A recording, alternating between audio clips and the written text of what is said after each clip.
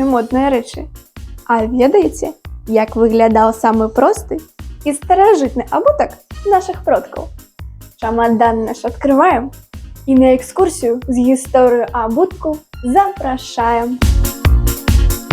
Нашы прабабулі і прадзядулі былі моднікамі. У іх было шмат абутку. Лапці, абіякі, боты. А гэта сапраўдныя лапці. Традыцыйны сялянскі абутак плецены з лыка. Назва паходзіць ад праславянскага кораня лапт – нага. Ад старажытнасці і да 30-х гадоў 20-го стагоддзя лапці насілі на ўсёй тэрыторыі Беларусі. Гэтыя лапці прамога пляцення. Вось гэтая адтуліна зверху носіка называецца вока. Звычайна плясці лапці пачыналі з вясны. У маі, чэрвені дралі лыка.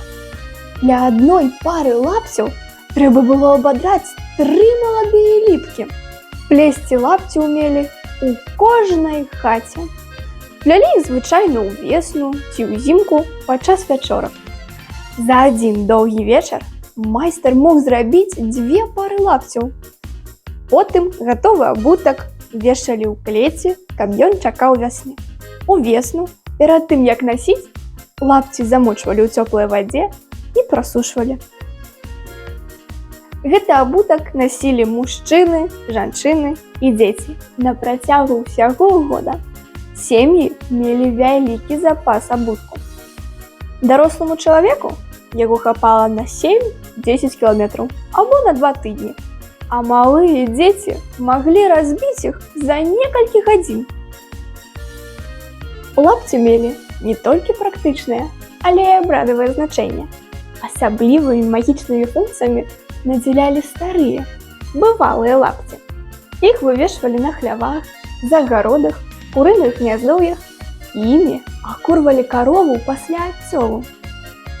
Перасяляючыся ў новую хату, трэба было перанесці дамавіка ў старым лапці, запоўненым смеццем са старой хаты.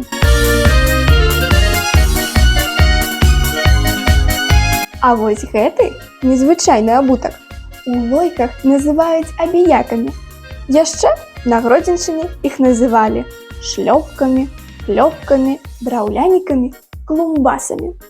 Гэты абутак насілі на тэрыторыі сучаснай Гродзенскай вобласці, а яшчэ в заходніх раёнах Віцебскай і Мінскай вобласці. Насілі абіякі дзеці і дарослыя. Драўлянікі выкарыстоўвалі па-рознаму. Хтосьці хадзіў у іх на танцы, у царкву, мог абуць на свята, а хтосьці абуваў іх каля хаты на сельскагаспадарчыя справы.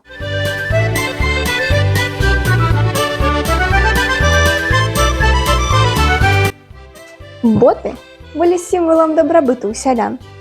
Часта шаўцы і самі насілі прыгожыя ялавыя боты. Гэта было своеасаблівай рэкламай шавецкай справы. Даўнімі традыцыямі было вызначана, што боты абувалі на вяселле, гадзіны, хрысціны. Пра тое, што ў вёсцы Лойкі былі свае шаўцы, сведчаць экспанаты музея. Капылы, драўляныя калодкі для надзевання скураной нарыхтоўкі і захавання неабходнай формы ў працэсе вырабу абутку. У нашай калекцыі прадстаўлены капылы для вырабу мужчынскага, жаночага і дзіцячага абутку. Не забываць пра капылы нам дазваляюць беларускія прыказкі і прымаўкі. Гнуць на свой капыл, рабіць па-свойму не так, як іншыя.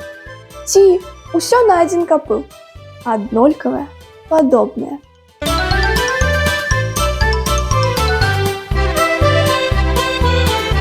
Я вас зацікавіла? Вы хочаце даведацца, як мы захоўваем традыцыі роднага краю? Наведайце музей Вытокі.